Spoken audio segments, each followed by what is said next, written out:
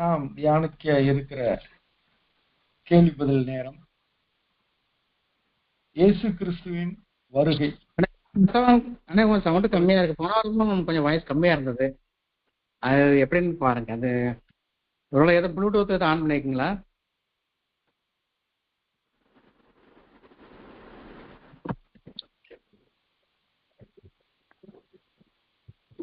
Bluetooth on பண்ணா of பண்ணிருங்க. ஸ்பீக்கரை ஆன் பண்ணி ஆஃப் பண்ணுங்க. அது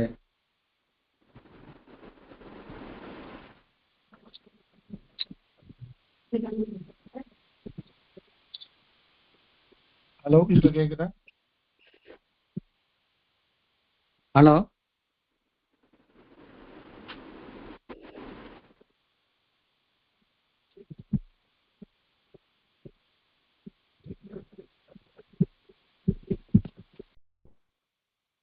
இந்த நாளிலே நாம் சிந்திக்கிற கேள்வி பதில் வேளையிலே அதிகமாக இயேசு கிறிஸ்துவின் வருகை என்ற தலைப்பிலே இயேசு கிறிஸ்துவின் வருகை, முதல் வருகை, ரகசிய வருகை, பகிரங்க வருகை என்று மூன்று காரியங்கள் இருக்கிறதா அல்லது 2 வருகை மட்டும் இருக்கிறதா என்பதை குறித்து பல கேள்விகளுக்குள்ளாக நாம் கடந்து செல்ல இருக்கிறோம்.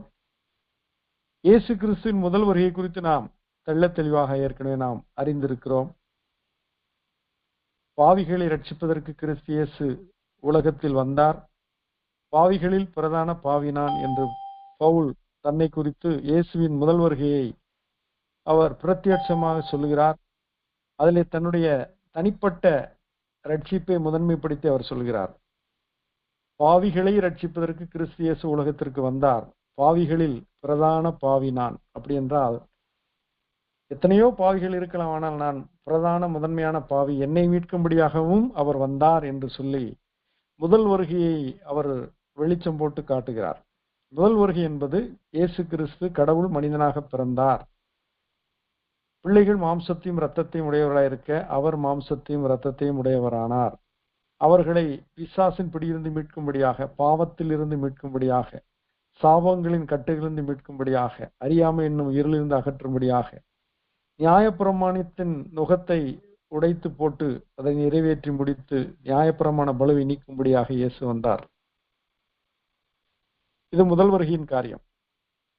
இந்த முதல் வருகையிலே அவர் தனிநபரை மட்டுமல்ல, அந்த தனிநபருடைய குடும்பத்தையும் ரட்சிக்க வந்தார் என்பதற்கு 5 உதாரணங்கள் நாம் சுருக்கமாக காண்போம். முதலாவது, பிலிப்பு சிறைச்சாலையிலே பவுலும் சைலஸும் வைக்கப்பட்டிருந்த பொழுது நடுராத்திரியிலே அவர்கள் துதித்து பாடி ஜெபித்தார்கள். அப்பொழுது கட்டுகள் கலன்றன, கதவுகள் திறந்தன, சிறைக்கதிகளில் ஒருவனும் ஓடி போகவில்லை.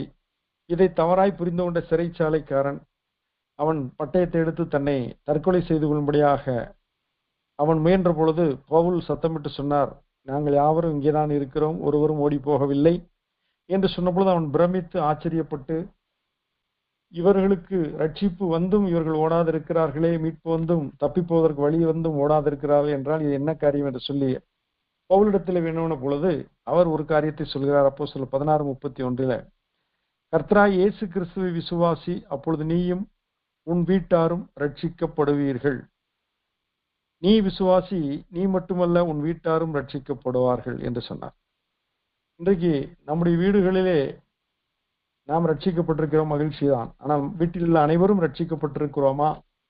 அதற்கு கிறிஸ்து எந்த விதத்திலும் குறைவுள்ளவரா என்றால் இல்லை.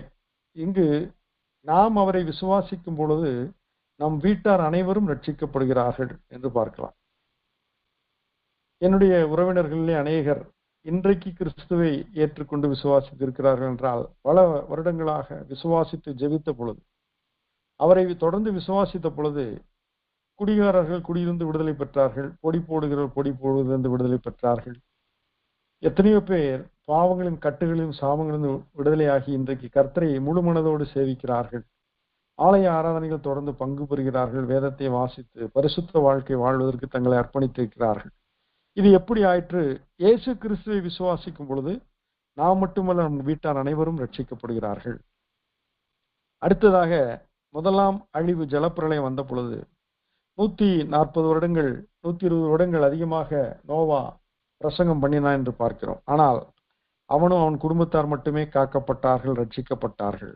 ஆதியாகமம் 7ஆம் அதிகாரம் 7ஆம் வசனத்துல ஜலப்பிரளயத்துக்கு தப்பும்படி நோவாவும் அவனுடனே கூட அவன் குமாரரும் அவன் மனைவியும் அவன் குமாரரின் மனைவிகளும் பேழைக்குள் பிரவேசித்தார்கள். விதமாக குடும்பங்கள் விசுவாசத்திற்குள்ளாய் வரும் பொழுது அவர்கள் முழுமையாய் ரட்சிக்கப்படுகிறார்கள். அது அடுத்ததாக யோசுவா இஸ்ரவேல் மக்களை பார்த்து சொல்கிறார், கானானை பங்கிட்ட பின்பு இஸ்ரவேல் மூப்பர்களிடமும் மற்றும் தலைவர்களிடத்திலும் சொன்ன காரியம், நானும் என் வீட்டாருமோ வென்றால் கர்த்தரையே சேவிப்போம் என்று அவன் உறுதியளிக்கிறான். இங்கு அவன் மட்டுமல்ல, என் வீட்டாரும் கர்த்தரையே சேவிப்போம் என்று உறுதியளிக்கிறான். நான்காவதாக எரிகோவை வேவு பார்க்க யோசுவா அனுப்பின ஆட்களை ராகாப் என்று பேசி மறைத்து வைத்தபடினால் அவளையும் அவள் தகப்பன் வீட்டாரையும் அவளுக்குள்ள யாவையும் யோசுவா உயிரோടെ வைத்தான். அவள் இந்நாள் வரைக்கும் இஸ்ரவேலின் நடுவிலே குடியிருக்கிறாள். அங்கு அவள் குடியிருந்த அந்த எரிகோவின் பட்டணத்திலே அவள் அலங்கத்திலே குடியிருந்தாள். இப்பொழுதோ எருசலேமின் நடுவிலே குடியிருக்கிறாள். எரிகோவின் அலங்கத்திலே குடியிருந்த பொழுது அவள் வேசியா இருந்தாள். இஸ்ரவேலின் நடுவிலே குடியிருக்கும் பொழுது அவள் பரிசுத்தவாட்டியா இருக்கிறாள். காரணம், அவள் விசுவாசித்தாள். இயேசு கிறிஸ்துவின் வருகை இவ்விதமாக நம்மை மாற்றினது போல பழைய ஏற்பாட்டிலே நிழலாட்டமாக இவர்கள் எல்லாரும் மீட்கப்பட்டார்கள் விசுவாசத்தின்படி என்று பார்க்கிறோம். லூக்கா 19ஆம் அதிகாரம் 9-10 வசனங்களில இயேசு சகேயை பார்த்து அழைத்த பொழுது அவன் மகிழ்ச்சியோடு அவரை ஏற்றுக்கொண்டு மனம் திரும்பின பொழுது இயேசு அவனை பார்த்து சொன்னார், இன்றைக்கு இந்த வீட்டுக்கு ரட்சிப்பு வந்தது. இந்த வீட்டுக்கு என்கிறார். சகை ஒருவன் தான், ஆனால் அவனுடைய வீடு முழுவதும் ரட்சிக்கப்பட்டதாக இயேசு சொல்கிறார். இன்றைக்கு இந்த வீட்டுக்கு ரட்சிப்பு வந்தது. இவனும் ஆபிரகாமுக்கு குமாரனா இருக்கிறானே, இழந்து போனதை தேடவும் ரட்சிக்கவுமே மனுஷகுமாரன் வந்திருக்கிறார் என்றார். முதல் வருகை குறித்து நாம் பார்க்கும் பொழுது ஜனங்கள் தேவனுடைய ராஜ்யம் உங்கள் சமீபமாய் இருக்கிறது என்று பேசினார் இயேசு. மனம் திரும்புங்கள், பரலோக ராஜ்யம் சமீபித்திருக்கிறது என்றார். தேவனுடைய ராஜ்யம் அது கோட்டை கொத்தளங்களோடு, படைகளோடு, சேனைகளோடு, சேனை பரிபாலனத்தோடு இருக்குமா, அல்லது சிங்காசனத்தில் வீட்டிருக்க ராஜாவோடு இருக்குமா என்றால், இயேசு கிறிஸ்து இன்விசிபிள் கிங்டமை அவர் டெஸ்கிரைப் பண்ணினார். கண்ணால் காண முடியாத ஒரு ராஜ்யத்தை அவர் சொன்னார். அது தேவனுடைய ராஜ்யம். இதை குறித்து பேசும்பொழுது பரிசேயர் இயேசுவிடம் வந்து லூக்கா 17ஆம் அதிகாரம் 20 முதல் 21 வசனங்களிலே தேவனுடைய ராஜ்யம் எப்பொழுது வரும் என்று பரிசேயர் இயேசுவினிடத்தில் கேட்ட பொழுது அவர்களுக்கு அவர் பிரதியுத்தரமாக, தேவனுடைய ராஜ்யம் பிரத்யட்சமாய் வராது, இதோ இங்கே என்றும் அதோ அங்கே என்றும் சொல்லப்படுகிறதற்கும் ஏதுவாய் இராது, இதோ தேவனுடைய ராஜ்யம் உங்களுக்குள் இருக்கிறதே என்றார். அவர்கள் என்ன யோசித்திருப்பார்கள்? தேவனுடைய ராஜ்யம் எங்கே இருக்கிறது? இங்கே இருக்காது, அங்கே இருக்கிறதா, ஆனால் உங்களுக்குள் இருக்கிறது என்கிறாரே, இதுக்கு என்ன புதிராய் இருக்கிறது என்று சொல்லி அவர்கள் யோசித்திருக்கலாம். காரியம் என்ன? இயேசு கிறிஸ்து யூதருக்கு மட்டுமல்ல ராஜா, அவர் மாம்சமான யாவருக்கும் தேவனாகிய கர்த்தர்.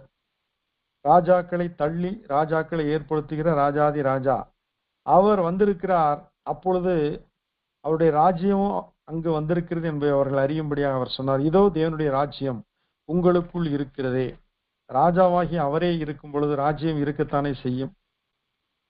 அலெக்சாண்டர் படையெடுத்து போன இடமெல்லாம் அந்த சாம்ராஜ்யம் விரிவடைந்தது. அவன் போகும் இடமெல்லாம் அவனுடைய ராஜ்யமாய் மாறிற்று. அதே போல இயேசு கிறிஸ்து அவர் இந்த பூமிக்கு வந்த பொழுது அவர் போகும் இடமெல்லாம் வெளிச்சம் உண்டாயிற்று, அவர் போகும் இடமெல்லாம் விடுதலை உண்டாயிற்று, அவருடைய போகும் இடமெல்லாம் சாத்தானுடைய ராஜ்யம் வீழ்த்தப்பட்டு அவருடைய ராஜ்யம் ஸ்தாபிக்கப்பட்டது. அதைத்தான் ஆண்டவர் சொன்னார், தேவனுடைய ராஜ்யம் உங்களுக்குள் இருக்கிறதே. லூக்கா 11ஆம் அதிகாரம் 20ஆம் வசனத்துல, நான் தேவனுடைய விரலினாலே பிசாசுகளை துரத்துகிறபடியால் தேவனுடைய ராஜ்யம் உங்களிடத்தில் வந்திருக்கிறதே என்றார். அவர் சொன்னார், பிசாசின் ராஜ்யம், இருளின் ராஜ்யம் நீக்கப்பட்டது, ஒளியின் ராஜ்யம் உங்களுக்குள் வந்திருக்கிறது. அந்தகாரத்தினின்று ஆச்சரியமான ஒளியினிடத்திற்கு வரவழைத்தருடைய புண்ணியங்களை அறிவிக்கும்படிக்கு நாம் தெரிந்து கொள்ளப்பட்ட சந்ததியாயும் ராஜரீக ஆசாரிய கூட்டமாயும் பரிசுத்த ஜாதியாயும் அவருக்கு சொந்த ஜனமுமாய் இருக்கிறோம். நாம் இருளின் ராஜ்யத்திலிருந்து நீக்கப்பட்டு ஒளியின் ராஜ்யத்திற்கு உட்படுத்தப்பட்டோம். அது யாராலே ஆயிற்று? அது கர்த்தராலே ஆயிற்று. ஆகையினால்தான் இருளில் இருக்கிற ஜனங்கள் பெரிய வெளிச்சத்தை கண்டார்கள். மரண இருளின் திசையில் இருக்க அவர்கள் வெளிச்சம் உதித்தது என்று சொல்லப்பட்டிருக்கிறது. அப்படி என்றால் இங்க தேவனுடைய ராஜ்யம் என்பது இயேசு இருக்கிற இடம், அவருடைய பிரசனம் தேவனுடைய ராஜ்யம். ஆண்டவர் என்னிடத்தில் என்ன சொல்லி இருக்கிறார்? இம்மானுவேல் என்றால் தேவன் நம்மோடு இருக்கிறார், நம்மோடு அவர் இருக்கிறார், அவருடைய ராஜ்யம் நமக்குள் இருக்கிறது. மட்டுமல்ல, தேவனுடைய ராஜ்யம் எவ்விதமாய் இருக்கிறது? நான் அவர்களுக்குள் உலாவி அவர்கள் தேவனாய் இருப்பேன், அவர்கள் என் ஜனமாய் இருப்பார்கள் என்றால் தேவன் இருக்கிறார், தேவனுடைய ராஜ்யம் இருக்கிறது, தேவனுடைய ராஜ்யத்தின் பிரஜைகள் நாம் இருக்கிறோம். எங்கெல்லாம் நாம் போகிறோம் அங்கெல்லாம் தேவனுடைய ராஜ்யம் உடன் வருகிறது. உங்களுடைய ராஜ்யம் வருவதாக என்று சொல்லி ஜெபிக்கும்படி ஆண்டவர் சொன்னார். நாம் எந்த இடத்தெல்லாம் செல்கிறோம் அங்கெல்லாம் தேவனுடைய பிரசன்னம் செல்கிறது, தேவனுடைய ராஜ்யமும் நம்மோடு கூட வருகிறது. இதைத்தான் இயேசு சொன்னார், நான் தேவனுடைய விரலினாலே பிசாசுகளை துரத்துகிறபடியால் தேவனுடைய ராஜ்யம் உங்களிடத்தில் வந்திருக்கிறது. அப்படி என்றால் நாம் உப்பாகவும் வெளிச்சமாகவும் சாட்சியாகவும் அவருக்காய் வாழும் பொழுது பிசாசு தோற்கடிக்கப்படுகிறான், அவனுடைய ராஜ்யம் முடிவு கட்டப்படுகிறது, அங்கு இறையரசு எழும்புகிறது. அதைத்தான் நாம் இங்கு வாசிக்க கேட்டோம். அப்படி என்றால் அடுத்த கேள்வி என்ன? தேவனுடைய ராஜ்யம் என்றால் என்ன? தேவனுடைய ராஜ்யம் கோட்டை கொத்தளங்களோடு இருக்கக்கூடியதா என்றால் ஆண்டவர் சொல்கிறார், பவுல் வாயிலாக அவர் சொன்ன வார்த்தை ரோமர் 14:17 தேவனுடைய ராஜ்யம் புசிப்பும் குடிப்பும் அல்ல, அது நீதியும் சமாதானமும் பரிசுத்த ஆவியினால் உண்டாகும் சந்தோஷமாய் இருக்கிறது என்று கர்த்தர் சொல்லியிருக்கிறார். தேவனுடைய ராஜ்யம் என்றால் என்ன? அது புசிக்கிறதும் குடிப்பதும் அல்ல. அதைத்தான் நாம் பவுல் எழுதியிருக்கிறார் கொரிந்தியருக்கு, வயிற்றுக்கு போஜனமும் போஜனத்துக்கு வயிறும் இருக்கும், இரண்டையும் தேவன் அழிய பண்ணுவார். கிரேத்தா தீவாரை குறித்து சொல்கிறார், அவருடைய தேவன் அவருடைய வயிறு, அவர் பூமிக்குரியவர்களை சிந்திக்கிறார் என்று சொல்கிறார். அப்படி என்றால் தேவனுடைய ராஜ்யம் என்பது புசிப்பும் குடிப்பும் உள்ள காரியம் அல்ல, அது நீதியும் சமாதானமும் பரிசுத்த ஆவியினால் உண்டாகும் சந்தோஷமா இருக்கிறது. எங்கெல்லாம் நீதி நியாயம் சத்தியம் உண்மை இருக்கிறதோ அங்கு தேவனுடைய ராஜ்யம் இருக்கிறது. எங்கெல்லாம் சமாதானம் இருக்கிறதோ அங்கு தேவனுடைய ராஜ்யம் இருக்கிறது. பரிசுத்த ஆவியினால் உண்டாகும் சந்தோஷம் எங்கு இருக்கிறதோ அங்கு தேவனுடைய ராஜ்யம் இருக்கிறது. அப்படி என்றால் இன்றைக்கு தேவனுடைய பிள்ளைகள் நீதி எனும் சாலையை தரித்திருக்க வேண்டுமல்லவா? சமாதான பிரபுவாகிய தேவனுடைய சமாதானம், ஒருவரும் எடுக்கக்கூடாத சமாதானம் நம்மை நிரப்பி இருக்க வேண்டும் அல்லவா? எத்தனையோ சந்தோஷங்கள் அல்ல, பாவ சந்தோஷங்கள் அல்ல, களிப்பினால் உண்டாகிற சந்தோஷம் அல்ல, உலகத்தினால் உண்டாகிற சந்தோஷம் அல்ல, பரிசுத்த ஆவியினால் உண்டாகும் சந்தோஷம், அந்த நிறைவான the joy of salvation என்பார்கள், the joy which is being established by the Holy Spirit என்று சொல்லி பார்க்கிறோம். அப்படி என்றால் நாம் நீதியுடையவர்களாய் சமாதானமுடையவர்களாய் சந்தோஷம் நிறைந்தவர்களாய் இருக்கும் பொழுது நாம் தேவனுடைய ராஜ்யத்துக்கு உட்பட்டவர்களாய் இருக்கிறோம் என்பதை அறிந்து கொள்கிறோம். For the kingdom of God is not eating and drinking but righteousness, peace and joy in the Holy Spirit என்று சொல்லப்பட்டிருக்கிறது. தேவனுடைய ராஜ்யம் என்றால் இதுதான். இதைத்தான் பவுல் 1 கொரிந்தியர் 15:50 அறுதியிடுகிறார், மாம்சமும் இரத்தமும் தேவனுடைய ராஜ்யத்தை சுதந்திரிக்க மாட்டாது, அழிவுள்ளது அழியாமையை சுதந்திரிப்பதும் இல்லை. அதனால்தான் ஆண்டவர் சொன்னார், நமது குடியிருப்பு பரலோகத்தில் இருக்கிறது, இனி அது வர காத்திருக்கிறோம் என்று சொல்லி பக்தனை கொண்டு எழுதினார். அப்படி நம்முடைய குடியிருப்பு பரலோகத்தில் இருக்கிறது என்றால் பரலோகமானது எப்படிப்பட்ட இடம்? அங்கு வெளிப்படுத்தின விசேஷம் 21:27 தீட்டுள்ளதும் அருவருப்பையும் பொய்யையும் நடுப்பைக்கிறதுமாகிய ஒன்றும் அதில் பிரவேசிப்பது இல்லை. ஆட்டுக்குட்டியானவரின் ஜீவ புஸ்தகத்தில் எழுதப்பட்டவர்கள் மாத்திரம் அதில் பிரவேசிப்பார்கள். அப்படி என்றால் இந்த பூமியிலே நாம் பரிசுத்தமுள்ளவர்களாயும் சத்தியமுள்ளவர்களாயும் நாம் வாழும் பொழுது என்னுடைய ராஜ்யத்தில் இப்பொழுதே இருக்கிறோம், நிழலாட்டமாய் இருக்கிறோம், ஆனால் இனி நிரந்தரமாய் இருக்க போகிறோம் என்று பொருள். But there shall be by no means enter into anything that defiles or causes an abominations or a lie, but only those who are written in the Lamb's book of life. பொய் சிறிதளவும் இருக்கக்கூடாது என்று பார்க்கிறோம். வெளிப்படுத்தின விசேஷம் 21:8 பொய்யர் அனைவரும் அக்கினியும் கந்தகம் எரிகிற கடலிலே பங்கடைவார்கள் என்று சொல்லப்பட்டிருக்கு.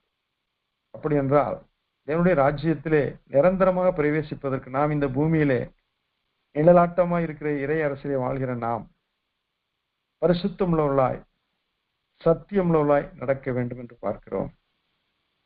தேவனுடைய ராஜ்யம் எதற்கு ஒப்பாய் இருக்கிறது? ஒரு கம்பாரிசன் பார்ப்போமானால், ஒப்பீடு பார்ப்போமானால், தேவனுடைய ராஜ்யம் கடுகு விதைக்கு ஒப்பாய் இருக்கிறது. நிலத்தில் மறைந்திருக்கும் புதையலுக்கு ஒப்பாய் இருக்கிறது. நல்ல முத்தை தேடும் வியாபாரிக்கு ஒப்பாய் இருக்கிறது. புளித்த மாவிற்கு ஒப்பாய் இருக்கிறது. நிலத்தில் தூவப்பட்ட விதைக்கு ஒப்பாய் இருக்கிறது. இவைகளெல்லாம் ஆண்டவராய் இயேசு கிறிஸ்து ஒப்பிட்டு காண்பித்தார். ஏனென்றால் தேவனுடைய ராஜ்யம் என்றால் என்ன, அதை எங்கு பார்ப்பது, அதை எப்படி அறிவது, அதை எப்படி புரிவது என்று விளங்க மக்களுக்கு இயலாத பொழுது அவர் இவ்விதமாக விளக்கங்களை கொடுக்கிறார். இவைகள் யாவும் ஒரு ஒப்பீடாக சொல்லப்படுகிறது. இன்றைக்கு வேதத்தை நாம் எவ்விதமான கண்ணோட்டத்தில் பார்க்கிறோம், எவ்விதமாக விளங்க முயற்சிக்கிறோம் என்றால், அது எழுத்தின்படி நிஜ காரியமாய் இருக்கலாம், அல்லது சிம்பாலிக்காக உருவமாக உவமையாக சொல்லப்படுகிறதா இருக்கலாம், அல்லது ஆவிக்குரிய காரியமாக அவைகள் வெளிப்படுத்தப்படலாம். இப்பொழுது நாம் பார்த்தது எல்லாம் சிம்பாலிக்காக உருவகமாக உவமையாக சொல்லப்படுகிறது. கடுகு விதை, நிலத்தில் மறைந்திருக்கும் புதையல், நல்ல முத்தை தேடும் வியாபாரி, புளித்த மா, நிலத்தில் தூவப்பட்ட விதை, இவைகளெல்லாம் இன்னொன்று வலைக்கு ஒப்பாய் இருக்கிறது. மீன் பிடிக்க தன் வலையை வீசின அந்த மீனவனுடைய வலைக்கு ஒப்பாய் இருக்கிறது என்றெல்லாம் சொல்லப்பட்டிருக்கிறது. எனவே மத்தேயு 6:33 படி முதலாவது தேவனுடைய ராஜ்யத்தையும் அவருடைய நீதியையும் தேடுங்கள், அப்பொழுது இவைகளெல்லாம் உங்களுக்கு கூட கொடுக்கப்படும் என்று சொல்லப்பட்டிருக்கிறது. அப்படியான தேவனுடைய ராஜ்யத்தையும் அவருடைய நீதியையும் தேடுவது என்றால் என்ன என்ற ஒரு கேள்வி எழும்புகிறது. ஆதியாகமம் 17ஆம் அதிகாரம் முதல் 2 வசனங்கள், ஆபிரகாம் 99 வயதான போது கர்த்தர் ஆபிரகாமுக்கு தரிசனமாகி, நான் சர்வ வல்லமையுள்ள தேவன், நீ எனக்கு முன்பாக நடந்து கொண்டு உத்தமனாயிரு என்கிறார். நான் உனக்கும் எனக்கும் நடுவாக என் உடன்படிக்கையை ஏற்படுத்தி உன்னை மிகவும் திரளாய் பெருக பண்ணுவேன் என்கிறார். அப்படி என்றால் இவன் உத்தமனாக நடக்கவில்லையோ என்ற கேள்வி எழும்புகிறது. ஆம், அவன் உத்தமமான காரியத்தை செய்யவில்லை. காரணம், 75 வயதிலே கர்த்தர் அவனுக்கு வாக்கு கொடுக்கிறார். நான் உன் சந்ததியை வானத்து நட்சத்திரங்களைப் போலவும் பெருக பண்ணுவேன் என்று வாக்கு கொடுக்கிறார். 99 வயதுல அவன் செய்த பிழையான காரியம், 98 வயதுல 99 வயது செய்த பிழையான காரியம், சாராளுடைய பேச்சை கேட்டு எகிப்திய வேலைக்கார பெண்ணை மறுமணியாட்சியாக அவன் கொண்டு இஸ்மவேலை பெற்றெடுக்கும் பொழுது கர்த்தர் வருந்துகிறார். காரணம், இவர்கள் தேவ சித்தத்தை செய்யாதபடிக்கு தங்களுடைய சுய சித்தத்தை செய்து ஒரு பொல்லாத சந்ததியை உருவாக்கி விட்டார்களே என்ற வருத்தத்தோடு தான் கர்த்தர் இங்கு சொல்கிறார், நீ எனக்கு முன்பாய் நடந்து கொண்டு உத்தமனாயிரு, காரணம் நான் சர்வ வல்லமை உள்ள தேவன். என்ன ஆண்டவர் இடித்துரைக்கிறார் ஆபிரகாமை பார்த்து, என்னால் செய்யக்கூடாத காரியம் இருக்கிறது என்று எண்ணித்தானே நீயும் உன் மனைவியும் சேர்ந்து வேலைக்காரையும் இணைந்து எவ்வளவு தவறான ஒரு சந்ததியை பெற்றெடுத்து விட்டீர்கள்.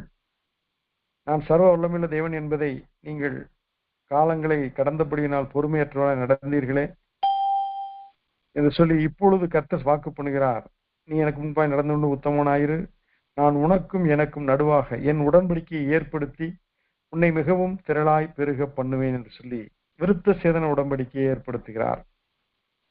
பின்பு அவன் ஈசாக்கு சாராளுக்கும் ஆபிரகாமுக்கும் மகனாக பிறக்கிறான். அவனே சுதந்திரவாளி என்று சொல்லி நாம் அறிகிறோம். காரியம் என்ன, தேவனுக்கு முன்பாக உத்தமனாய் நடப்பதுதான் தேவனுடைய ராஜ்யத்தில் பிரவேசிப்பதற்கான வழி. சங்கீதம் 19:13 சங்கீதக்காரன் ஜெபிக்கிறான், துணிகரமான பாவங்களுக்கு முதல் அடியேனை விலக்கி காரும், அவைகள் என்னை ஆண்டு கொள்ள ஒட்டாதிரும், அப்பொழுது நான் உத்தமனாகி பெரும் பாதகத்துக்கு நீங்களாய் இருப்பேன். நான் உத்தமனாய் வாழ்ந்தால் தானே தேவனுடைய ராஜ்யத்தில் பிரவேசிக்க முடியும். அப்படி என்றால் நான் உத்தமனாவதற்கு என்ன காரியம்? துணிகரமான பாவங்களுக்கு நான் விளக்கப்பட வேண்டும், அவைகள் என்னை ஆண்டு கொள்ள கூடாது, அப்பொழுது நான் உத்தமனாவேன் என்று சொல்லி தாவீது ஒரு உறுதிப்படுத்துகிறான். இதற்கு உதாரணம் யோபு என்ற அருமையான தேவபக்தன். அவன் ஊத்ஸ் தேசம் என்ற இடத்துல இருக்கிறான். அந்த ஊத்ஸ் தேசம் என்பது மீதியானியர்கள் வசித்த அந்த பகுதிக்கும் அரேபியர்கள் வசித்த பகுதிக்கும் இடைப்பட்ட ஒரு இடத்திலே இருந்த ஒரு தேசம். அந்த தேசம் ஊத்ஸ் தேசம். அங்கே இருந்த யோபு என்னும் பேர் கொண்ட ஒரு மனுஷன், அவன் உத்தமனும் சன்மார்க்கனும் தேவனுக்கு பயந்து பொல்லாப்புக்கு விலகிறனுமாயிருந்தான். இப்படிப்பட்ட வாழ்க்கை வாழ்கிறவர்கள் பேர்தான் உத்தமர்கள் என்று அழைக்கப்படுகிறார்கள். இவர்களே இறையரசை தேவனுடைய ராஜ்யத்தை சுதந்திரிக்க முடியும். 2 நாளாகவும் 19:11 யூதாவின் ராஜா யோசபாத் யூதாவின் பட்டணங்களில் நியாயாதிபதிகளை வைத்து நியாயம் விசாரிக்க ஆணையிட்ட போது என்ன சொல்கிறான் என்றால், உத்தமனுக்கு கர்த்தர் துணை, the Lord will be with the good என்று அவன் சொல்கிறான். உத்தமனுக்கு கர்த்தர் துணை. இன்றைக்கு உத்தமமான கிறிஸ்தவர்களாக வாழ கர்த்தர் நம்மை அழைக்கிறார்.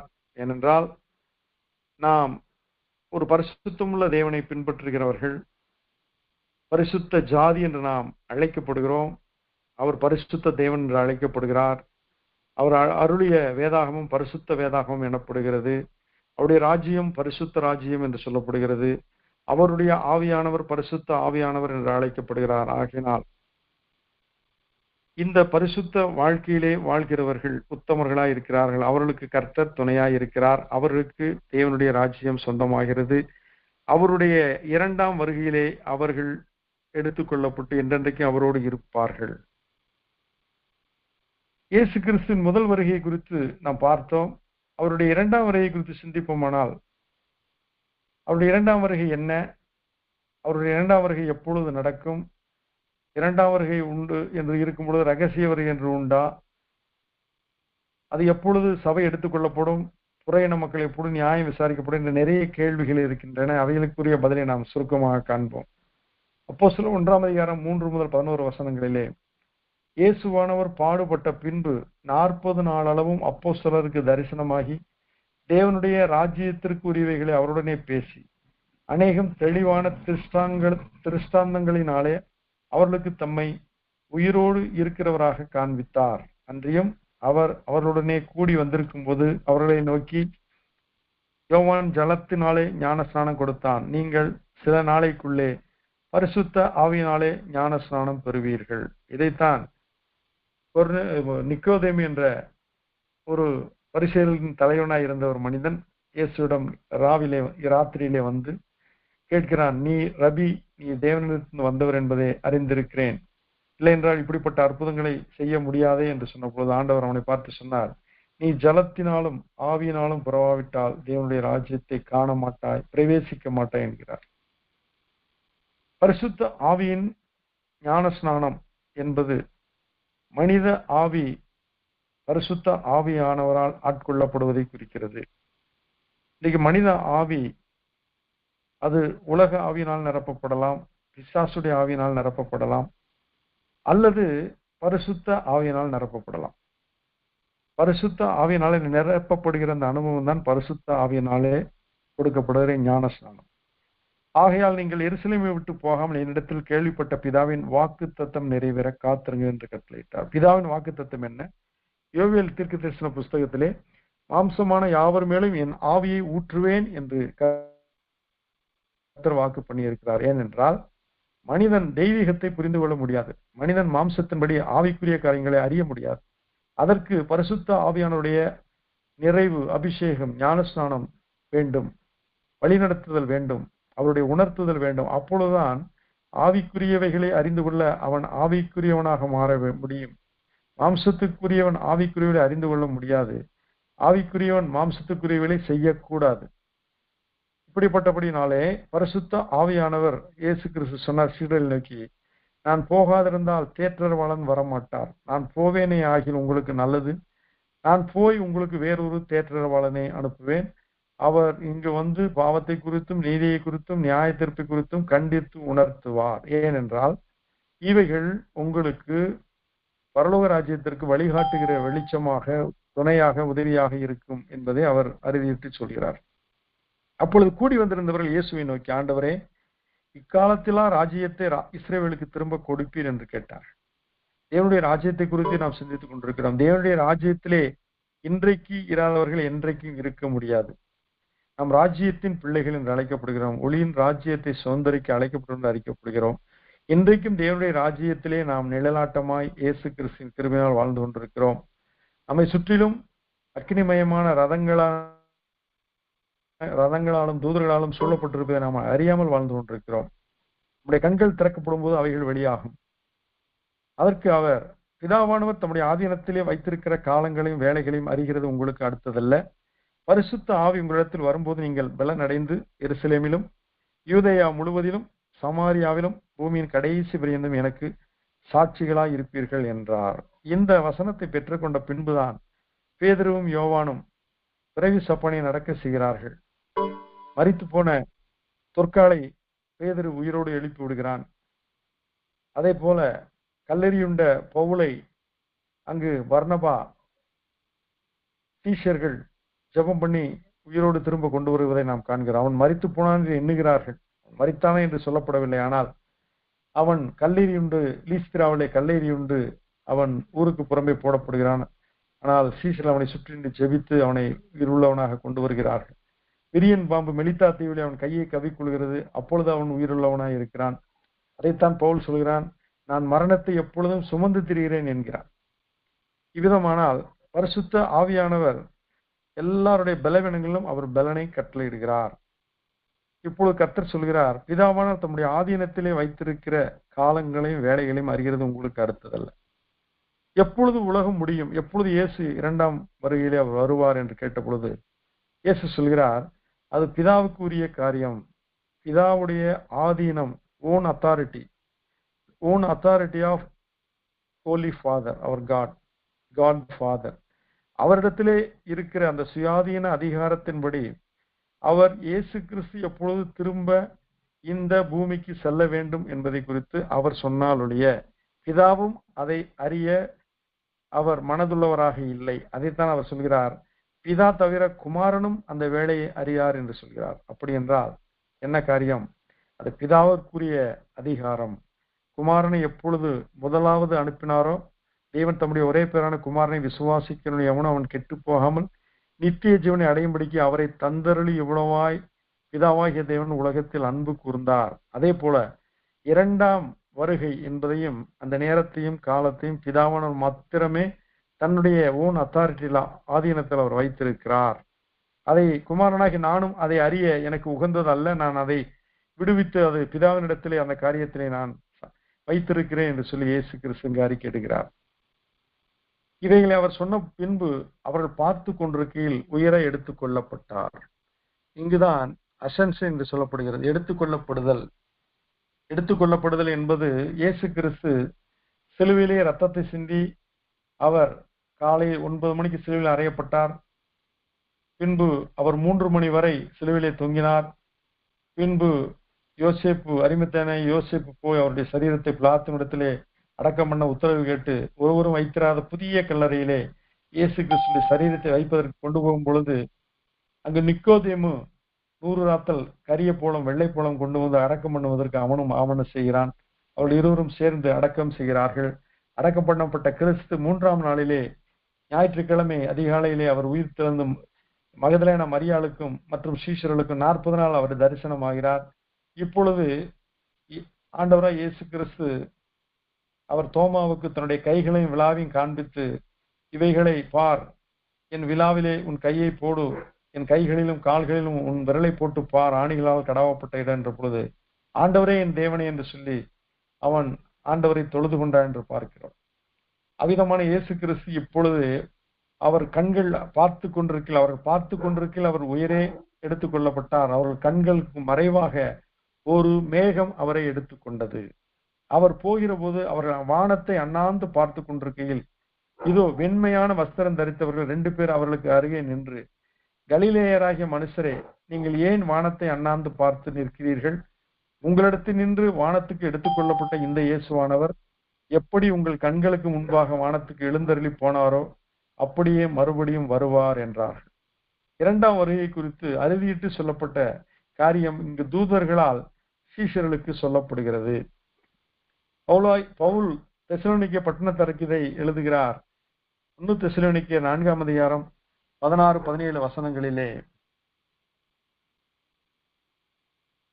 பவுல் எழுதுகிறார், ஏனெனில் கர்த்தர் தாமே ஆரவாரத்தோடும் பிரதான தூதனுடைய சத்தத்தோடும் தேவ எக்காலத்தோடும் வானத்திலிருந்து இறங்கி வருவார். அப்பொழுது கிறிஸ்துவுக்குள் மரித்தவர்கள் முதலாவது எழுந்தரிப்பார்கள். இயேசு கிறிஸ்துவனுடைய முதலாம் வருகை அது கேப்ரியல் தூதன் வாயிலாக மரியாதையிடம் திருவுளம் பற்றப்பட்டது. பரிசுத்தாவி உண்மையில் நிழலிடுவார், நீ பெறுவது பரிசுத்தமாய் இருக்கும். இதற்கு நாம் ஏசாயா 9:6 சொல்லப்பட்டிருக்கு. இதோ ஒரு கன்னிகை கர்ப்பவதியாகி ஒரு குமாரனை பெறுவாள் என்று சொல்லி அவளை குறித்து சொல்லப்பட்ட தீர்க்கதரிசனம் இங்கு நிறைவேறுகிறது. அவருடைய நாமம் அதிசயமானவர், ஆலோசனை கர்த்தர், வல்லமையுள்ள தேவன், நித்திய பிதா, சமாதான பிரபு எனப்படும் என்றபடி அங்கு முதல் வருகை குறித்து சொல்லப்பட்டது. இங்கோ இரண்டாம் வருகை எவ்விதமாய் இருக்கும் என்று சொல்லப்படுகிறது. கர்த்தருடைய இரண்டாம் வருகை எவ்விதமாய் இருக்கும் என்ற கேள்விக்கு பதில் என்ன? கர்த்தர் தாமே ஆரவாரத்தோடு வருவார். முதலாவது வருகையிலே அவர் அமெரிக்கையோடு வந்தார். அவர் கழுதியின் மேலும் கழுதியின் மரியின் மேலும் ஏறி வந்தார். இப்பொழுதோ இரண்டாம் வருகையிலே அவர் ஆரவாரத்தோடு வருவார், பிரதான தூதனுடைய சத்தத்தோடு வருவார், தேவ எக்காலத்தோடு எக்கால துணியோடு அவர் வானத்திலிருந்து இறங்கி வருவார். அப்பொழுது கிறிஸ்துவுக்குள் மரித்தவர்கள் முதலாவது எழுந்திருப்பார்கள். பின்பு உயிரோடு இருக்கும் நாமும் கர்த்தருக்கு எதிர்கொண்டு போக மேகங்கள் மேல் அவர்களோட கூட ஆகாயத்தில் எடுத்துக்கொள்ளப்பட்டு இவ்விதமாய் எப்பொழுதும் கர்த்தருடனே கூட இருப்போம். இப்பொழுது கர்த்தர் நம்மோடு இருக்கிறார், இம்மானுவேல், தேவன் நம்மோடு இருக்கிறார். இனி இரண்டாம் வருகையிலே நாம் என்றென்றைக்கும் கர்த்தரோடு இருப்போம். அது அற்புதமான ஒரு காரியம். முதல் வருகையிலே கர்த்தர் நம்மோடு இருப்பதை பார்க்கிறோம். இரண்டாம் வருகையிலே கர்த்தர் நம்மோடு இருப்பது மட்டுமல்ல, நாமும் அவரோடு எப்பொழுதும் இருப்போம். அப்படி என்றால் எப்பொழுது முடிவு வரும் என்று ஒரு கேள்வி. இந்த உலகம் எப்பொழுதும் முடிவு வரும்? ஏனென்றால் மத்திய 24 தெளிவாக சொல்லப்பட்ட காரியங்கள் இந்த நாளிலே நிறைவேறி கொண்டு வருகிறது. மத்திய 24 இயேசு கிறிஸ்துவிடம் சீஷர்கள் கேட்கிறார்கள், இவைகள்லாம் உலகத்துக்கு எப்பொழுது முடிவு வரும் என்று கேட்கிறார்கள். இயேசு கிறிஸ்து சொன்னார், தேவாலயம் இடிக்கப்பட்டு போகும் என்று சொன்னார். எருசலேம் தேவாலயத்தை அவர்கள் காண்பித்து வெற்றி கொண்ட பொழுது ஒரு கல்லின் மேல் இராதபடிக்கு இடிக்கப்பட்டு போகும் காலம் வரும் என்று சொல்கிறார். அப்பொழுது அவர்கள் ஆச்சரியப்பட்டு இவைகள் எப்பொழுது சம்பவிக்கும் என்கிறார்கள்.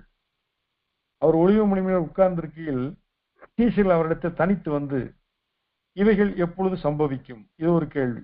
உங்களுடைய வருகைக்கும் உலகத்தின் முடிவுக்கும் அடையாளம் என்ன? அடுத்த கேள்வி. இந்த 2 கேள்விக்கும் பதில் சொல்ல வேண்டும் என்று கேட்கிறார்கள். இயேசு அவளுக்கு பிரதியுத்தரமாக, ஒருவன் உங்களை வஞ்சியாதபடி முதலாவது நீங்கள் எச்சரிக்கையாயிருங்கள். கேள்விகளுக்கு பதில் தரும் பொழுது அவர் முதலாவது நீங்கள் எச்சரிக்கையாருங்கள் என்று சொல்கிறார். ஏனெனில் அநேகர் என் நாமத்தை தரித்துக் கொண்டு நானே கிறிஸ்து என்று சொல்லி அநேகரை வஞ்சிப்பார்கள்.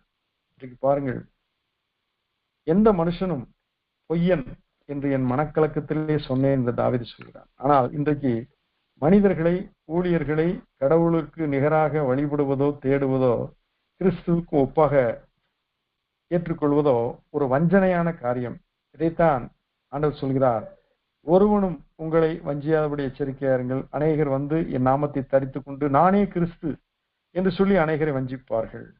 யுத்தங்களின் செய்திகளையும் கேள்விப்படுவீர்கள்.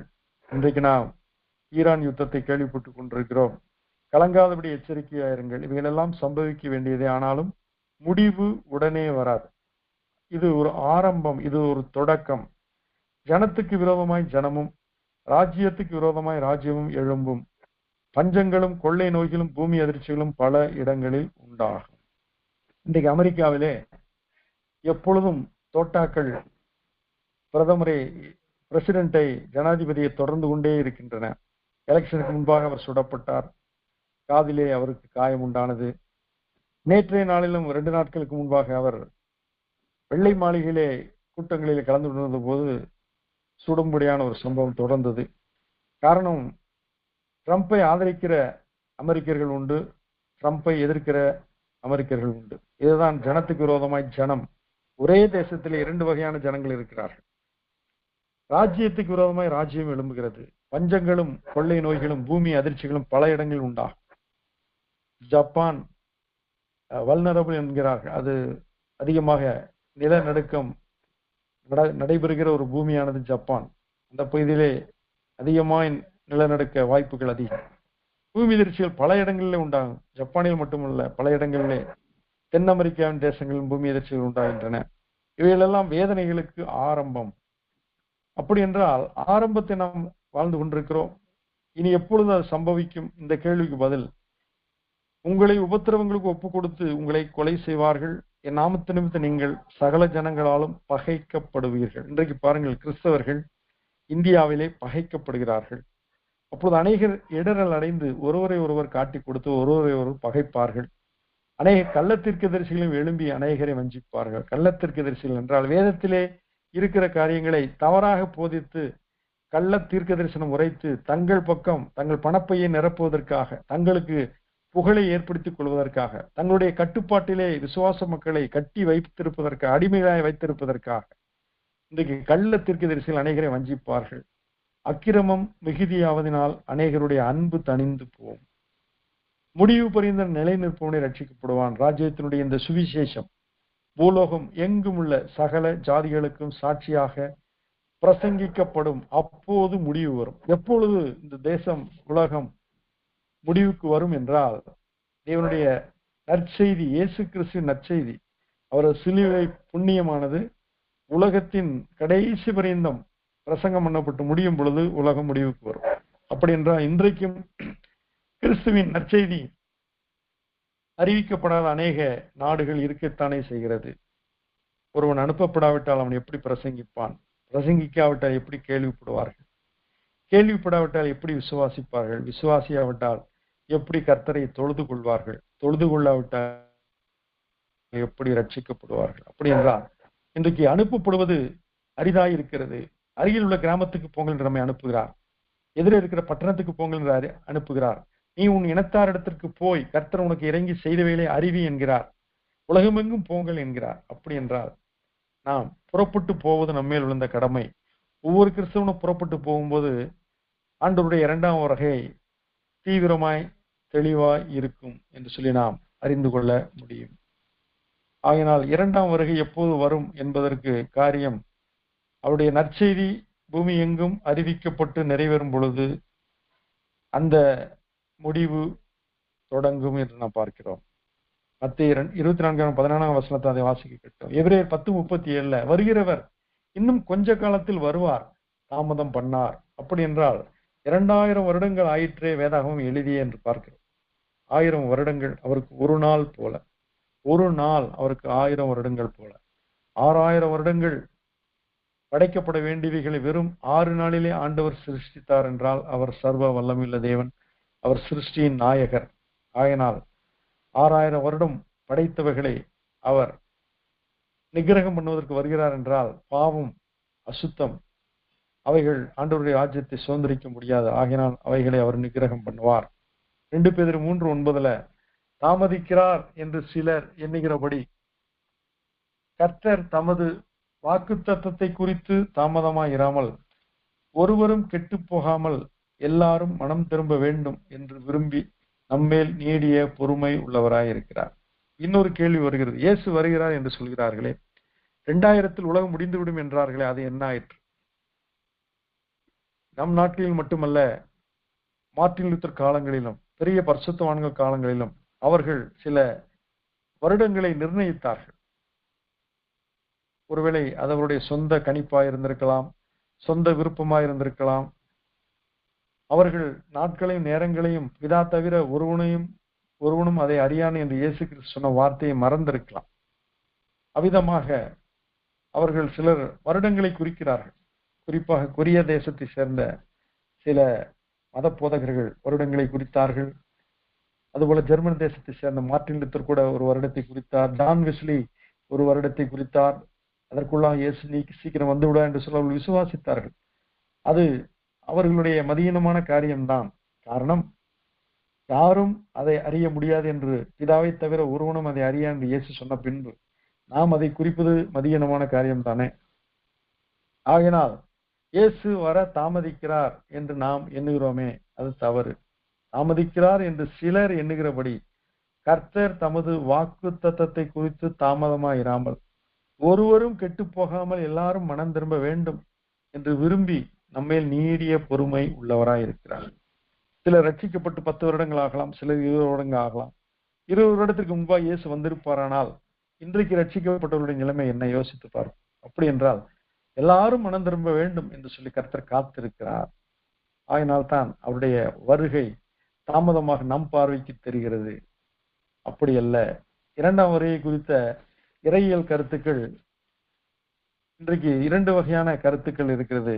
ஒன்று, இயேசு கிறிஸ்து பகிரங்கமாக வருவார் என்று சொல்கிற இறையியல் வல்லுநர்கள் இருக்கிறார்கள். ஆனால் 1830 அமெரிக்க தேசத்தை சேர்ந்த ஒரு சகோதரன், அவர் பேர் ஏஎன் டர்பி என்று சொல்கிறார்கள். அவர் ரகசிய வருகை என்ற புதிய ஒரு காரியத்தை, ரேப்சர் என்ற ஒரு வார்த்தையை அவர் அறிமுகப்படுத்தினார். இதை கொண்டு ஸ்கோஃபீல்ட் என்ற ஒருவர் ஒரு செயின் ரெஃபரன்ஸை அவர் அறிமுகப்படுத்தினார். இவர்கள் சொன்ன காரியம் என்ன என்றால், ரகசிய வருகையிலே திருச்சபை எடுத்துக்கொள்ளப்படும், இதை மற்றவர்கள் அறிய மாட்டார்கள் என்று சொல்லி ஒரு கருத்தை சொன்னார்கள். ஆனால் இந்த கருத்தை இந்திய தேசத்தில் இருக்கிற சகரியா பூனன் இன்னும் அநேகர் அதை மறுக்கிறார்கள். ஆண்டவர் முதலாவது வருகையிலே ரட்சிக்க வந்தார், இரண்டாம் வருகையிலே பக்தியற்றவர்களை பட்சிக்கவும் பக்தி உள்ளவர்களுக்கு பரிசீலிக்கவும் அவர் வருகிறார் என்று சொல்லி அவர்கள் சொல்கிறார்கள். எப்படி என்றாலும் அவருடைய வருகை பகிரங்கமாக இருக்க போகிறது என்பதை நாம் 1 தெசலோனிக்கேயர் 4:17 வாசிக்க கேட்டோம். அவர் வரும்பொழுது பரிசுத்தவான்கள் எடுத்துக்கொள்ளப்படுவார்கள், மரித்தவர்கள் உயிரோடு எழுந்திருப்பார்கள். கிறிஸ்துவுக்குள் மரித்தவர்கள் முதலாவது உயிரோடு எழுந்திருப்பார்கள். பின்பு உயிரோடு இருக்கிற நாமும் எடுத்துக்கொள்ளப்பட்டு அவரோட என்றென்றைக்கும் நாம் இருப்போம் என்று சொல்லப்பட்டிருக்கிறது. அப்படி என்றால் இந்த ரேப்சர் என்ற வார்த்தை, ரகசிய வருகை என்ற வார்த்தை, எடுத்துக்கொள்ளப்படுதல் என்ற வார்த்தை எவ்விதமாக வருகிறது என்றால், ரெபிமூர் என்ற லத்தீன் மொழியிலிருந்து இந்த ரேப்சர் என்ற வார்த்தை, ஆங்கில வார்த்தை உருவானது. யூத மதத்திலிருந்து ரட்சிக்கப்பட்ட கிறிஸ்தவர்கள் யூதர்கள் ரட்சிக்கப்பட வேண்டும் என்பதற்காக சில கருத்துக்களை அவர்கள் உருவாக்கினார்கள். இந்த பகிரங்க வருகை அவர்களுக்கு விசனமாக இருந்தது. காரணம், உபத்திரவ காலத்திலே யூதர்கள் அவர்கள் ரட்சிக்கப்பட வேண்டும், அதிலாவது அவர்கள் ரட்சிக்கப்பட வேண்டும் என்று சொல்லி அவர்கள் விரும்பினபடினாலே இந்த ரேப்சர் என்ற வார்த்தையை அவர்கள் அறிமுகப்படுத்தினார்கள். 2 பேதுரு 3:10-14 அவருடைய வருகை எவ்விதமாய் இருக்கும் என்ற கேள்விக்கு நாம் பதிலை பார்ப்போம். கிறிஸ்து இயேசுவின் வருகை எவ்விதமாய் இருக்கும்? கர்த்தருடைய நாள் இரவிலே திருடன் வருகிற விதமாய் வரும். அப்பொழுது வானங்கள் மடமட என்று அகன்று போம், பூதங்கள் வெந்து உருகிப்போம். பூதங்கள் என்றால் எலமெண்ட்ஸ், இந்த பூமியிலே காணப்படுகிற நட்சத்திரங்கள், சூரியன், சந்திரன், இவைகள். பூதங்கள் வெந்து உருகிப்போம், பூமியும் அதில் உள்ள கிரியைகளும் எரிந்து அழிந்து போம். இப்படி இவைகளெல்லாம் அழிந்து போகிறதா இருக்கிறபடியால் நீங்கள் எப்படிப்பட்ட பரிசுத்த நடக்கையும் தேவ பக்தியும் உள்ளவர்களாக இருக்க வேண்டும். தேவனுடைய நாள் சீக்கிரமாய் வரும்படிக்கு மிகுந்த ஆவலுடைய காத்திருங்கள். அந்த நாளில் வானங்கள் வெந்து அழிந்து பூதங்கள் எரிந்து உருகிப்போம். அவருடைய வாக்குத்தத்தத்தின்படியே நீதி வாசமாய் இருக்கும்படிக்கு புதிய வானங்களும் புதிய பூமியும் உண்டாகும் என்று காத்திருக்கிறோம். ஆகையால் பிரியமானவர்களே, இவைகள் வர காத்திருக்கிற நீங்கள் கரையற்றவர்களும் பிழையில்லாதவர்களுமாய் சமாதானத்தோடே அவர் சந்நிதியில் காணப்படும்படி ஜாக்கிரதையாய் இருங்கள். அவருடைய வருகை என்றைக்கு என்று நமக்கு தெரியாது. ஆனால் அவருடைய வருகை 2000 வருடங்களுக்கு முன்பாகவே சீக்கிரமாய் இருப்பதாக சொல்லப்பட்டால் 2000 வருடம் கழித்து வாழ்கிற நமக்கு இன்னும் அது மணித்துளிகளிலே, நிமிடங்களிலே, சொல்லப்போனால் நொடிகளிலே கூட இருக்க வாய்ப்பு இருக்கிறது. ஆகையினால் பேதுரு கொடுத்த அறிவுரையை நாம் ஆராய்ந்து பார்ப்போம். அழிந்து போகிற இந்த உலகத்திற்காக அல்ல, அழிந்து போகிற போஜனத்திற்காக அல்ல, நித்திய ஜீவனுக்காக கிரியை நடப்பீங்கள் என்று சொன்னபடி நாம் இந்த பூமி நம்முடைய குடியிருப்பு அல்ல, பரலோகத்தில் நம்முடைய குடியிருப்பு இருக்கிறது, அது வர காத்திருக்கிறோம் என்று சொன்னபடி இந்த பூமியில வாழ்கிற நாம் பரிசுத்த நடக்கையோடு இருக்க கர்த்தர் நம்மை அழைக்கிறார். தேவ பக்தி உள்ள சந்தையா இருக்க முடியாது நம்மை கர்த்தர் அழைக்கிறார். ஆகினால் அவருடைய வாக்குத்தத்தத்தின்படி நீதி வாசமாய் இருக்கும் புதிய வானங்களும் புதிய பூமியும் உண்டாகும் அந்த நாளுக்கென்று நாம் காத்திருக்கிறோம். இவைகளை செய்கிற நாம் பேதருடைய ஆலோசனை கேட்போமானால் பிரியமானவர்களே என்று சொல்கிறார். இவைகள் வர காத்திருக்கிற நீங்கள் கரையற்றவர்களும் பிழை இல்லாதவர்களுமாய் ஹோலி காண்டக்ட், காட்லினஸ், இவை இரண்டோடு சமாதானத்தோடே அவர் சந்நிதியில் காணப்படும்படி ஜாக்கிரதையா இருங்கள். இன்றைக்கு சில கெட்ட கனவுகள் இரவில் வரும்போது நாம் திகிலோடு விழித்துக் கொள்வோம். அவருடைய வருகையிலே இரவிலே திருடன் வருகிற விதமாய் இருக்கும் அவருடைய இரண்டாம் வருகை என்று சொல்லப்பட்டிருக்கிறது. அப்படி என்றால் நாம் அவருடைய சந்நிதியிலே சமாதானத்தோடே சேரும்படி ஜாக்கிரதையா இருக்க வேண்டும். நாம் ஏனோ தானோ என்று வாழ்வோமானால், அரைகுறையான ஒரு நீதி நிறைந்த வாழ்க்கையோ பரிசுத்த குலைச்சலான வாழ்க்கையோ வாழ்வோமானால் நாம் சமாதானத்தோடு அவருடைய சந்நிதியில் சேர முடியாது. ஆனால் கரையற்றவர்களும் பிழை இல்லாதவர்களுமாய் நாம் இந்த பூமியிலே வாழும் பொழுது அவருடைய சன்னதியில் சமாதானத்தோடே காணப்படும்படி ஜாக்கிரதையா. ஏனென்றால் குமாரன் கோபம் கொள்ளாமலும் வழியில் நீங்கள் அழியாமலும் இருக்கும்படிக்கு அவருடைய பாதத்தை முத்தம் செய்யுங்கள் என்று சொன்னபடி அவருடைய வருகையிலே தேவனுடைய கோபம் பற்றி எரியும். அவர் நீதியுள்ளவர், பரிசுத்தம் உள்ளவர், பொய்யுரையாத தேவன், தீமையை காண மாட்டாத சுத்த கண்ணர். அவர் ஒருவரும் சேரக்கூடாத ஒளியிலே வாசம் பண்ணுகிறவர். ஆகையாய் ஒளியின் பிள்ளைகளாகிய நாம் எழும்பி பிரகாசிக்கும்படியாய் கர்த்தர் நம்மை அழைக்கிறார். எபேசியர் நிருபத்திலே பவுல் சொல்கிறார், தூங்குகிற நீ மரித்தோரை விட்டு எழு, அப்பொழுது கிறிஸ்து உன்னை பிரகாசிப்பிப்பார். அப்படி என்றால் அசதியான வாழ்க்கை, ஏனோதானோ என்ற வாழ்க்கையை நாம் வாழ்வோமானால் அது தூங்குகிற வாழ்க்கையாக நாம் அறிய வேண்டும். விழித்திரு விழித்திரு என்று கர்த்தர் சொல்கிறார். தூக்கத்தை விரும்பாதே, விரும்பினால் தரித்திரனாவா என்று சொல்கிறார். கண் விழித்திரு, அப்பொழுது ஆகாரத்தினால் திருப்தியாவா என்று கர்த்தர் சொல்கிறார். நீ நதி எவ்வளவு கண்ணீர் விடு என்று சொல்கிறார். தேசத்தை அழியாதபடி திறப்பின் வாசலில் இருக்கத்தக்க ஒரு மனுஷனை தேடினேன், ஒருவனையும் காணேன் என்று கர்த்தர் சொல்கிறார். அப்படி என்றால் அவருடைய வருகை சமீபமாய் இருக்கிறபடினாலே நாம் தேசத்தை ஆயத்தப்படுத்த வேண்டும், ஜனங்களை ஆயத்தப்படுத்த வேண்டும். காவற்காரர்களாக, வாட்ச் டவர்களில் நின்று எக்காலம் ஊதுகிறவர்களாக நாம் விழித்திருக்க வேண்டும்.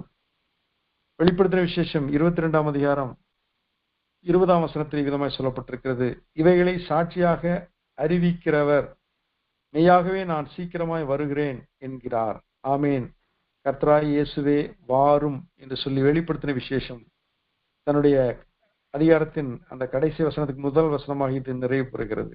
அப்படி என்றால் இன்றைக்கு ஆண்டவர் வருகிறார். அவர் பூமியை நியாயம் தீர்க்க வருகிறார். அவர் பூலோகத்தின் நீதியோடும் ஜனங்களை சத்தியத்தோடும் நியாயம் தீர்ப்பார். நமக்கு வாடாத கிரீடம், மகிமையின் கிரீடம், பலவிதமான கிரீடங்கள், சிங்காசனங்கள் நமக்கு ஆயத்தப்படுத்தப்பட்டிருக்கின்றன. உத்தமமாய் நடக்கிறவர்களுக்கு அவர் நன்மையை வழங்காதிரார் என்று சொல்லப்பட்டிருக்கிறது. அவருடைய பாடுகளை சகித்தால் அவருடைய ஆளுகையும் செய்வோம் என்று சொல்லப்பட்டிருக்கிறது. இக்காலத்து பாடுகள் இனி வரும் மகிமைக்கு ஒப்பானவைகள் அல்ல என்று பவுல் சொல்கிறார். அப்படி என்றால் நாம் இந்த பூமியிலே படுகிற உபத்திரவங்கள், ஒருவன் கிறிஸ்துவனாய் இருப்பதால் பாடுபட்டால் அவன் பொறுமையோடு இருந்து அதை சகிக்க கடவன். நீங்கள் தீமை செய்து பாடுபடும் போது அதை பொறுமையோடு சகித்தால் அதனால் உங்களுக்கு நன்மை என்ன? நீங்கள் நன்மை செய்து பாடுபடும் போது பொறுமையோடு சகித்தால் அதுவே தேவனுக்கு முன்பாக பிரீதியாய் இருக்கும் என்று பவுல் எழுதியிருக்கிறார். அப்படி என்றால் கடைசி காலங்களிலே நாம் நன்மை செய்து பாடுபட கர்த்தர் அழைத்திருக்கிறார். பாடுபடும் சிந்தையை ஆயுதமாக தரித்துக் கொள்ளுங்கள் என்று வேத வசனம் நமக்கு சொல்லி இருக்கிறது. அப்படி என்றால் நீதி நிமித்தம் துன்பப்படுகிறவர்கள் பாக்கியவான்கள், பரலோக ராஜ்யம் அவர்களுடையது என்று சொல்லப்பட்டிருக்கிறது. நீதி நிமித்தம், நீதியின் மேல் பசிதாகம் உள்ள பாக்கியவான்கள், அவர்கள் திருப்தி அடைவார்கள் என்று சொல்லப்பட்டிருக்கிறது. அப்படி என்றால் இந்த பூமியிலே நீதிக்காக, சமாதானத்தை நிலைநாட்டும்படியாக, பரிசுத்தத்தை காத்துக் கொள்ளும்படியாக, பரிசுத்தத்தை அறிவிக்கும்படியாக, பரிசுத்த தேவனை ஜனங்களுக்குள் நாம் அறிவித்து ஒரு புதிய செப்பரேஷன் ஃப்ரம் த வேர்ல்ட், இந்த உலகத்திலிருந்து பிரித்தெடுக்கும்படியாக கர்த்தர் நம்மை வைத்திருக்கிறார். அவர் வந்த பின்பு நமக்கு பரிசு, பாராட்டு, நித்திய வாழ்வு கொடுக்கப்படுகிறது. இதற்கிடையிலே 1000 வருட அரசாட்சி என்று சொல்லப்பட்டிருக்கிறது. இந்த பூமி தேவனுடைய ஒரு செங்கோலினால், இரும்பு செங்கோலினால் அரசாளப்படும். அதை தேவனுடைய பிள்ளைகள், பரிசுத்தவான்கள் மேகத்தோடு அவரோடு வருகிறவர்கள் இந்த பூமியை ஆட்சி செய்வார்கள் என்று சொல்லப்பட்டிருக்கிறது. எவ்வளவு பெரிய ஆசீர்வாதம் பாருங்கள். இன்றைக்கு நாம் நம்மை நாமே ஆட்சி செய்ய, நம்மை நாமே கட்டுப்படுத்தி ஆள பழகிக் கொள்வோமானால் நாம் இந்த பூமியை அரசாளும்படியான கிருபையை கர்த்தர் தருவார். சாந்த குணமுள்ளவர்கள் பாக்கியவான்கள், அவர்கள் பூமியை சுதந்திரித்துக் கொள்வார்கள் என்று சொல்லப்பட்டிருக்கு. அப்படி என்றால் நெருக்குதலுக்கும் ஒடுக்குதலுக்கும் துன்புறுத்துதலுக்கும் வசைபாடலுக்கும் அவமானத்துக்கும் நாம் சகித்து பொறுத்து சாந்தமாய் இருக்கும் பொழுது கர்த்தர் ஆளும்படியான பாக்கியத்தை, சுதந்திரிக்கும்படியான பாக்கியத்தை கர்த்தர் தருவார் என்று பார்க்கிறோம். அந்த 1000 வருட அரசாட்சியிலே உண்மை என்பது என்ன, சத்தியம் என்பது என்ன, நீதி என்பது என்ன என்று விளங்கும் அவைகளை கர்த்தர் நம் வாயிலாக நிறைவேற்றி காண்பிப்பார். கர்த்தர் இரும்புக்குளினால் அரசாளுவார் என்று சொல்லப்படுகிறது. அவர் வருவாரா என்று நாம் பார்த்தோமானால் அந்த காரியத்தை குறித்து நாம் சொல்வதற்கு இல்லை. இன்னைக்கு 2ஆம் வருகையிலே பலவிதமான விளக்கங்கள், பலவிதமான கருத்துக்கள், பலவிதமான பதில்கள் தரப்படுகிறது. இதில் எது உண்மை என்று நிரூபிப்பது நாம் வேதத்தின்படி ஆராய்ச்சி செய்து பார்த்தால், முதலாவது லிட்டரலாக என்ன சொல்லப்படுகிறது, நம்முடைய பார்வை 2 மீன் 5 அப்பம் என்று சொல்லப்பட்டிருக்கிறது. அது லிட்டரலாக எடுத்துக்கொள்ளப்பட வேண்டியது. ஆனால் வெளிப்படுத்தின விசேஷத்தில் 1,44,000 என்று சொல்லப்பட்டிருக்கிறது. அப்படி என்றால் 12 கோத்திரங்களுக்கும் உரிய எண்ணிக்கை மட்டுமா என்றால் அது இல்லை. அது ஒரு திரள் கூட்ட மக்களை குறிக்கிறது. லிட்டரலாக எல்லா நேரங்களும் எடுத்துக்கொள்ள முடியாது. அதே போல சிம்பாலிக்காக சொல்லப்பட்டிருக்கிறது. தேவனுடைய ராஜ்யம் கடுகு விதைக்கு ஒப்பா இருக்கிறது, மீன் வலைக்கு ஒப்பா இருக்கிறதெல்லாம் பார்த்தோம். அப்படி என்றால் அதை நாம் லிட்டரலாக எடுக்கக்கூடாது. அதை உருவகமாக ஊமையாக எடுத்துக்கொள்ள வேண்டும். 3ஆவதாக ஆவிக்குரிய விதமாய் சொல்லப்பட்டிருக்கிறது. நம்முடைய கவனம் லிட்டரலாய் சொல்லப்பட்ட காரியங்கள், அவைகள் வரலாறுகள், சிம்பாலிக்காய் சொல்லப்படுகிற காரியங்கள் தானியேல் புஸ்தகத்திலும் எசேக்கியேல் புஸ்தகங்களிலும் வெளிப்படுத்தின விஷயத்திலும் சொல்லப்பட்டவைகள் சிம்பாலிக்காக சொல்லப்பட்டிருக்கிறது. இந்த சிம்பாலிக்காய் சொல்லப்படுவதற்கு ஒரு நிஜ வடிவத்தை கொடுக்க மக்கள் முயற்சி எடுக்கும் பொழுது அது தவறான கள்ள உபதேசமாக மாறிவிடுகிறது. உதாரணமாக அந்தி கிறிஸ்து இனித்தான் வரப்போகிற நினைக்கிறோம். ஆனால் அப்போஸ்தலனாகிய யோவான் எழுதியிருக்கிறார், இப்பொழுதே அநேக அந்தி கிறிஸ்துகள் இருக்கிறார்கள் என்று 2000 வருடத்துக்கு முன்பாகவே எழுதியிருக்கிறார். யோவான் எழுதின 2ஆம் நிருபத்திலே மாம்சத்தில் அறிக்கை வந்த இயேசு கிறிஸ்து அறிக்கை பண்ணாத அநேக வஞ்சகர்கள் உலகத்திலே தோன்றியிருக்கிறார்கள், இவர்களே வஞ்சகனும் அந்தி கிறிஸ்துமாய் இருக்கிறார் என்று சொல்லியிருக்கிறார். அப்படி என்றால் அந்தி கிறிஸ்து என்பது இனி வரப்போகிறவன் மட்டுமல்ல, ஏற்கனவே இருந்து கொண்டுதான் இருக்கிறான். பிசாசின் கிரியைகள் ஏற்கனவே இருந்து கொண்டுதான் இருக்கின்றன. ஆகினால் நாம் ஒரு பைபிள்ல இருந்து நாம் அறிய வேண்டிய காரியம், ஒரு காரியத்தை புரிய வேண்டுமானால் அது லிட்டரலாக ஹிஸ்டாரிக்கலாக எடுத்துக்கொள்ள வேண்டுமா, சிம்பாலிக்காக புரிந்து கொண்டு அது கர்த்தர் ஒரு ஓமையை சொன்னார் என்று பார்க்கிறோம். 2 பேர் ஜெபம் பண்ணும்படி போனார்கள். ஒருவன் பரிசேயன், ஒருவன் ஆயக்காரன். பரிசேயன் தன்னை உயர்த்தி ஜெபம் பண்ணுகிறான், ஆயக்காரன் தன்னை தாழ்த்தி ஜெபம் பண்ணுகிறான். இதெல்லாம் என்ன காரியம் என்றால் இவைகள் உருவகங்கள், ஓமைகள். அதே போல ஸ்பிரிச்சுவலாக நேரடியாகவே சொல்லப்பட்டிருக்கிறது, இருதயத்தில் சுத்தமுள்ளவர்கள் பாக்கியவான்கள், அவள் தேவனை தரிசிப்பார்கள்.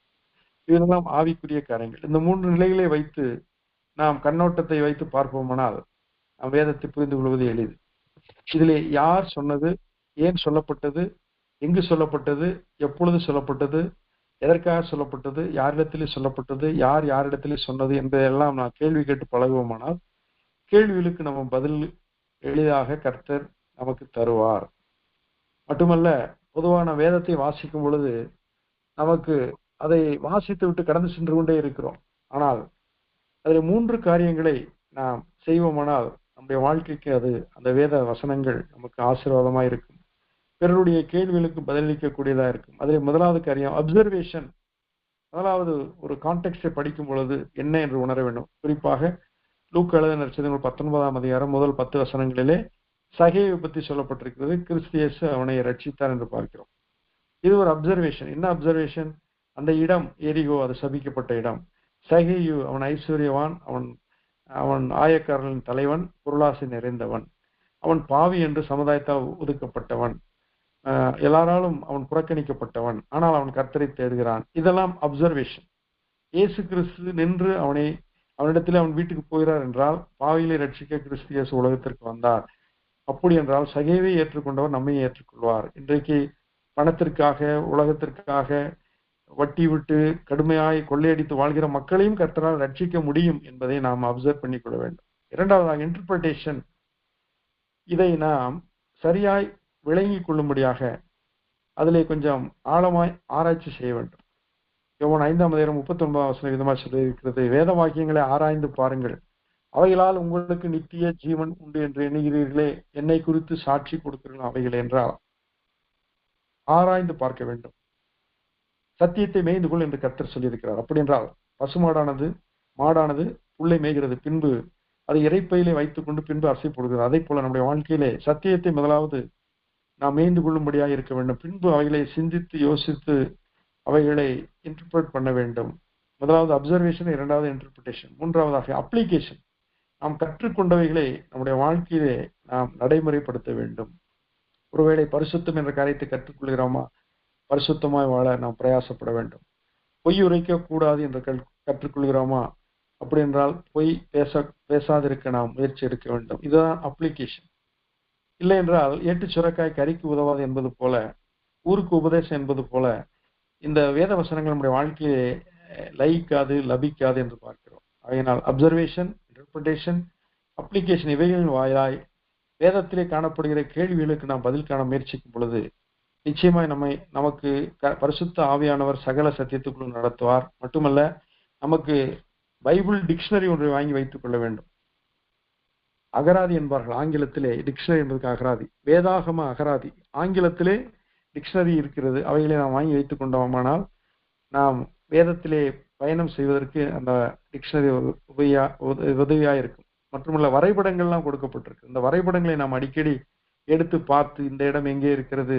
இன்றைக்கு நான் மீதியானதை குறித்து சொன்னேன். அவர்கள் எங்கே இருக்கிறார்கள் என்றால் இஸ்ரேல் தேசத்துக்கு கீழாக அரேபிய தேசத்துக்கு இடையில அவர்கள் இருக்கிறார்கள் என்று சொல்லி நான் சொன்னேன். அப்படி என்றால் அந்த மேப்பை நாம் பார்க்க வேண்டும்.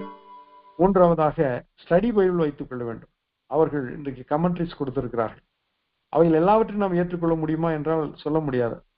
புரிந்தவைகளை, தெளிவானவைகளை நாம் ஏற்றுக்கொள்ள வேண்டும். சந்தேகமாக இருக்கிறவர்களை, சரியாய் புரியாதவைகளை நாம் குறித்து வைத்துக் கொண்டு விளக்கத்தை காண வேண்டும். ஆகினால் இந்த நாளிலே கேள்விகளுக்கு பதில், அவருடைய வருகை எவ்விதமாய் இருக்கும், அநேக கேள்விகள் நமக்கு இருந்தன. அவைகளுக்குரிய பதிலை நாம் பார்த்திருக்கிறோம். இதுல இன்னும் விவாதிக்க வேண்டிய காரியங்கள் உண்டு, கேள்விகளுக்கு பதிலளிக்க வேண்டிய காரியங்கள் உண்டு. வரும் நாட்களில் கர்த்தருக்கு சித்தமானால் நீங்கள்